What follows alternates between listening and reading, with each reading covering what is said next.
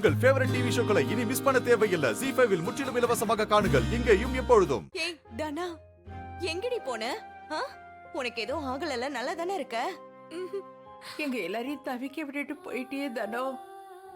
எங்களை பத்தி கொஞ்சமாவது யோசிச்சு பாத்தியாடி?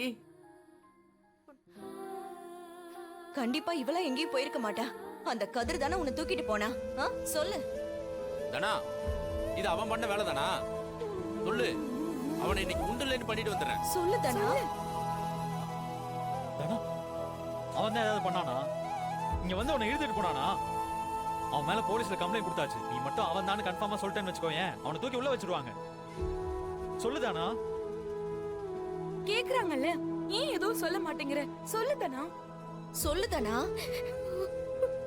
அக்கா, தனா எங்க இருந்தா? புவனேஸ்வரி வீட்ல.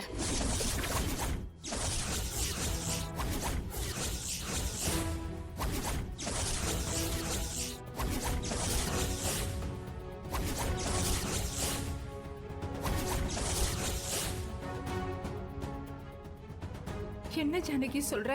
அவ வீட்லயா? ஏய் தனோ, நீ எதுக்குடி அங்க போன? அவள போகல அத்த, அவள வர வச்சிருக்காங்க. புவனேஸ்வரி எதுக்காக நீ தனாவை அங்க கூட்டிட்டு போனாங்க?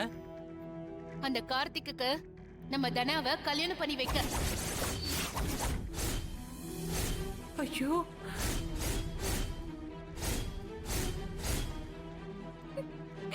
கடவுளே, என்னம்மா சொல்ற நீ? அந்த கதிர் இவளுக்கு திருட்டுத்தனமா தாலி கட்டி இருந்தாலும் எப்படியோ இவ கழுத்துல தாலி ஏறிடுச்சு. இவ இன்னொருத்தனுக்கு பொண்டாட்டி ஆயிட்டா. அப்படி இருக்கும்போது எப்படி இவளை இன்னொருத்தனுக்கு கல்யாணம் பண்ணி வைக்க முடியும்?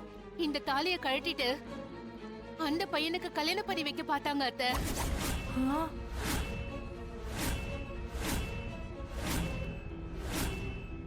அந்த புவனேஸ்வரின்னு பைத்தியமா? ஏற்கனவே கல்யாணம் ஆன பிள்ளைக்கு திரும்ப கல்யாணம் பண்ணி வைக்க பாக்குறாங்க. கடைசி நிமிஷம் வரைக்கும் தனா தான் அவங்க வீட்டுக்கு மருமகளா வர போறான்னு நினைச்சுக்கிட்டு இருந்தாங்க.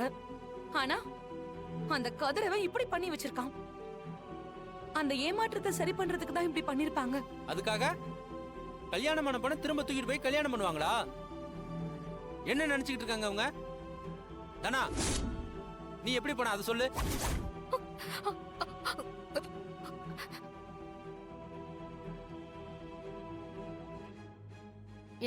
எல்லாம் அந்த புவனேஸ்வரியோட வேலைதான். நல்ல வேலை, சரியான நேரத்துல நான் போனேன். இல்லனா இந்நேரம் என்ன நடந்திருக்கோனே தெரியல. அவங்களையும் நம்ம முழுசா தப்பா சொல்ல முடியாதே அண்ணி. அவங்களும் ஏமாந்துருக்காங்கல்ல. அதுக்காக அவங்க செஞ்சது சரிங்கறியா? பத்மா, இப்படி எல்லாம் சொல்லாத. அவங்க பண்ண காரியத்தை நியாயப்படுத்தவே முடியாது. இப்பதானா கதிரோட பொண்டாட்டி. அப்படின்னா அவங்க செஞ்சதெல்லாம் சரின்னு நியாயப்படுத்துறீங்களா? நான் எதையும் நியாயப்படுத்தல. கதிர் பண்ணது தப்புதான். ஆனா புவனேஸ்வரி இப்ப பண்ண நினைச்சது பெரிய பாவம். ZEE5 ஆப்பை டவுன்லோட் செய்து அனைத்து எபிசோடுகளையும் இலவசமாக பாருங்க.